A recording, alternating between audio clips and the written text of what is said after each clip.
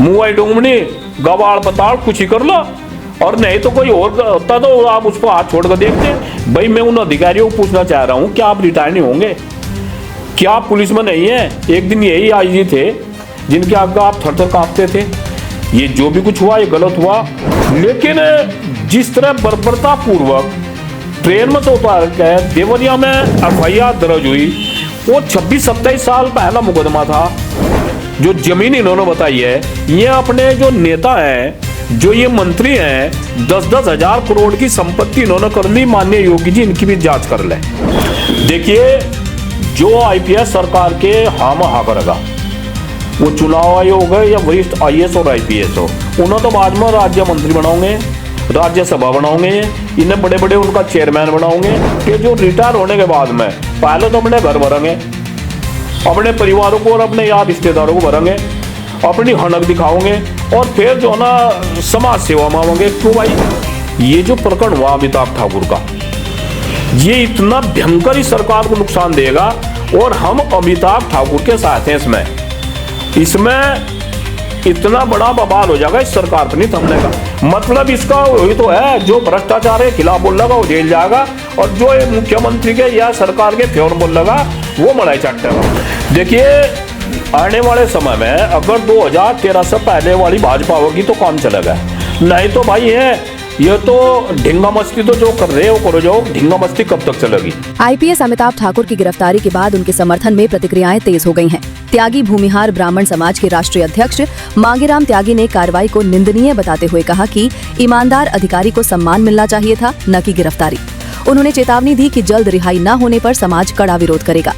मांगेराम त्यागी ने कहा कि ईमानदार अधिकारियों को जेल और चापलूसों को पद देना संविधान का उल्लंघन है। उन्होंने बताया कि 25 साल पुराने जमीन मामले में गिरफ्तारी पर जल्द ही प्रतिनिधिमंडल अमिताभ ठाकुर और उनके परिवार से मुलाकात करेगा। नमस्कार, आप देख रहे हैं निष्पक्ष खबर। मैं हूं प्रशांत त्यागी, नागल में मौजूद है। और जो एक उत्तर प्रदेश में एक पूरा प्रकरण इस समय चल रहा है, 26 साल पहले हुए जमीन के एक मामले में जिस प्रकार से आईजी अमिताभ ठाकुर को गिरफ्तार किया गया और लखनऊ जाते हुए उन्हें ट्रेन से उनकी गिरफ्तारी की गई, उसके बाद उत्तर प्रदेश की राजनीति में एक सियासी उबाल है। अमिताभ ठाकुर का एक बयान आता है कि कोडीन माफियाओं को बचाने के लिए उनकी गिरफ्तारी की गई है। उनके वो डर है सरकार को कि कहीं ना कहीं कोडीन माफियाओं के भेद न खोल दे। इसको लेकर उनके सीधे सीधे आरोप थे कि कोडीन माफियाओं को बचाने के लिए पूरे प्रकरण में गिरफ्तारी की गई है, आरोपियों को बचाया जा रहा है। मुख्यमंत्री पर सीधे उन्होंने आरोप लगाए। इसको लेकर ये पूरा प्रदेश में जिस प्रकार से कोडीन का मामला चला, और उससे फिर जो सांसद धनंजय सिंह का नाम जुड़ता है, सांसद धनंजय सिंह के बाद फिर उस मामले में कहीं ना कहीं अमिताभ ठाकुर की गिरफ्तारी हो जाती है। और अमिताभ ठाकुर ही वो शख्स थे जो सांसद धनंजय सिंह पर आरोप लगा देते हैं, पूर्व सांसद। उनके बयान आरोप लगाने के बाद ही कहीं ना कहीं पूरा मामला चलता है। इस मुद्दे पर त्यागी भूमिहार ब्राह्मण महासभा के राष्ट्रीय अध्यक्ष मांगेराम त्यागी जी हम उनसे बात करेंगे। अध्यक्ष जी, पहले तो आपका बहुत बहुत स्वागत। आपका भी बहुत बहुत धन्यवाद। अध्यक्ष जी, क्या कहना चाहेंगे, कोडीन माफिया या मुकदमे में गिरफ्तारी? 25 साल पुराना मामला है, किस बारे में आप कहेंगे क्या? देखिए, ये सरकार का फेलियर है। मैं तो उत्तर प्रदेश सरकार क्या पूरी भारत सरकार हूँ, जो आईपीएस वरिष्ठ आईपीएस जो ईमानदार हैं, उसकी शायद ऐसे पुलिस वाले मारपीट कर दे और उसे एक इस तरह का, वो तो हम ना जिंदगी में मेरी भी इतनी उम्र आएगी, जिंदगी में पहली बार देखा। भाई मैं उन अधिकारियों को पूछना चाह रहा हूँ, क्या आप रिटायर नहीं होंगे? क्या आप पुलिस में नहीं है? एक दिन यही आईजी थे जिनके आगे आप थर थर कांपते थे। ये जो भी कुछ हुआ ये गलत हुआ। और अमिताभ ठाकुर ये हमारे समाज से हैं, और मैं तो एक बात कहना चाह रहा हूं, वो किसी भी समाज का हो, भाई ठाकुर है, लेकिन जिस तरह बर्बरता पूर्वक ट्रेन में से उतार के देवरिया में एफआईआर दर्ज हुई, वो 26-27 साल पहला मुकदमा था। जो जमीन इन्होंने बताई है, ये अपने जो नेता हैं, जो ये मंत्री हैं, 10-10 हजार करोड़ की संपत्ति इन्होंने कर ली। माननीय योगी जी इनकी भी जांच कर ले। केवल और केवल एक तो भाई भूल लगा लो या कुछ करवा लो, उन्होंने भ्रष्टाचार की, मैं हम भी देखते रहे, वे दोनों पति पत्नी भ्रष्टाचार के खिलाफ बोलते हैं। भैया अगर वो भ्रष्टाचार में संलिप्त इनके साथ हो जाता तो अपनी पूरी इसको वीआरएस न मिला था, पूरी अपनी सर्विस करता, बढ़िया बंगले लागू करता, जिस तरह मंत्री बना रहे ज्यादातर मंत्री, और कुछ पूर्व सांसद, कुछ पूर्व विधायक और भूमाफिया इस सिंडिकेट में है। और माननीय योगी जी कह रहे हैं कि इसका आपको नुकसान होगा। अध्यक्ष जी, मैं बात करूँ कोडीन माफिया जो शब्द दिया गया, अखिलेश यादव के पिता मुलायम सिंह यादव, जो स्वर्गीय मुलायम सिंह यादव, तो उनसे भी ठाकुर अमिताभ ठाकुर की कहीं ना कहीं चलती थी और उसकी एक उन्होंने ऑडियो भी वायरल की थी। और ये भी कहा जाता है कि जब सपा की सरकार थी तो अमिताभ ठाकुर उस समय एसएसपी थे, तो उनको एक मुलायम सिंह के जो सिंधी उनको ना थप्पड़ भी उनको मारा था अमिताभ ठाकुर। तो जिस तरीके से ब्यूरोक्रेसी एक दो धड़ों में बटी है उत्तर प्रदेश में, एक ईमानदार लोबी, एक इस तरह की जो चापलूसी कर अच्छे पद पा रही है सरकार से भी। तो क्या है उत्तर प्रदेश में एक ऐसे अधिकारी को जब पकड़ लिया जाता है, ऐसे अधिकारी को कहीं ना कहीं जेल भेज दिया जाता है जो एक भ्रष्टाचार के खिलाफ लड़ाई लड़ता हो, तो कहीं ना कहीं क्या इसमें ब्यूरोक्रेसी की गुटबाजी। दूसरा मेरा सवाल आपसे ये है कि कोडीन का इसमें कितना मामला हो सकता है, उनके पास ऐसे क्या साक्ष्य थे जो उनको लखनऊ जाने से पहले ही उठा लिया गया? देखिए, जो आईपीएस सरकार के हामा हा करेगा, वो चुनाव आयोग है या वरिष्ठ आईएएस और आईपीएस हो, उन्हें तो बाद में राज्य मंत्री बनाओगे, राज्यसभा बनाओगे, इन्हें बड़े बड़े उनका चेयरमैन बनाओगे। भाई जब रिटायर होएगा तो रिटायर होएगा, यानी कि आईएएस और आईपीएस तो बड़े ही पद होंगे। आप इनको चेयरमैन बना रहे, आप इनको आयोग के अध्यक्ष बना रहे, आपको राज्यसभा क्यों भेज रहे भाई? पहले तो हमारी मांग है कि जो रिटायर होने के बाद में पहले तो अपने घर भरेंगे, अपने परिवारों को और अपने यार रिश्तेदारों को भरेंगे, अपनी हनक दिखाओगे और फिर जो ना समाज सेवा मांगोगे। क्यों भाई, जो तारा पीक टाइम था 60 साल तक का, वो तो तुमने जो ना अपनी हनक में निकाल दिया। फिर तुम्हें इनका हम विरोध करते हैं और पूरी जनता विरोध करती है। वहाँ उन लोगों को भेजो जो समाज में दिन रात काम कर रहे, जो लोग बिल्कुल नीचे से जाएगा वो कर रहे, उन्हें तो कुछ आप जो है ना वो नहीं कर रहे।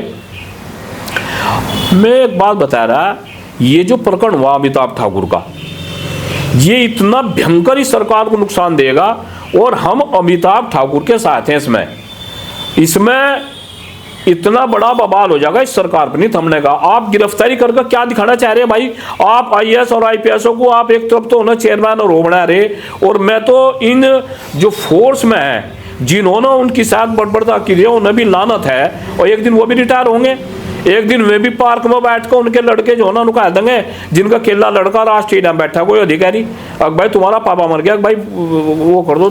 क्या इसमें आपका एक्शन होगा? वो एक्शन क्या होगा? देखिए, हमारा एक्शन ये है, हम इसमें पूर्णतः उस परिवार के साथ हैं और पूरे प्रदेश में ही जन आंदोलन होगा और आने वाले चुनाव में इसका बहुत बड़ा फर्क पड़ेगा।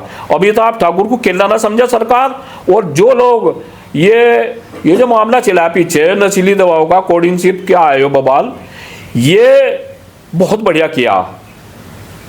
और ये जो मंत्री हैं जिन पर 8-8, 10-10 हजार, 100 करोड़ रुपए की संपत्ति हो जाएगी, इसकी भी जांच कर लें। मतलब इसका वही तो है, जो भ्रष्टाचार के खिलाफ बोल लगा वो जेल जाएगा, और जो मुख्यमंत्री के या सरकार के फेवर बोल लगा वो मलाई चाटेगा।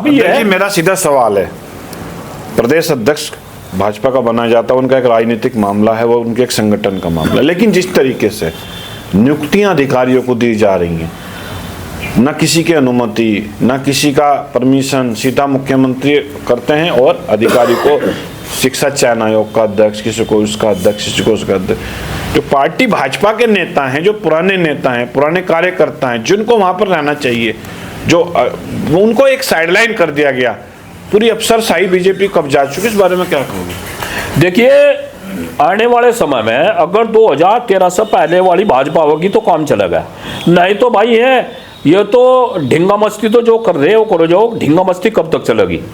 हम तो ये कह रहे हैं कि इसका जनता में अंदर बहुत ज़्यादा विरोध है। किसान और मजदूर आज ऐसे उस पर लाकर खड़ा कर दिए कि बिल्कुल बर्बादी के कगार पे हैं, और जो दलाली कर रहा है, जो भ्रष्टाचारी कर रहा है, उन्हें जो ना सुनने के ऊपर जो ना यानी भाई मुख्यमंत्री जी की छवि को देख कर लोग उन्हें देख रहे।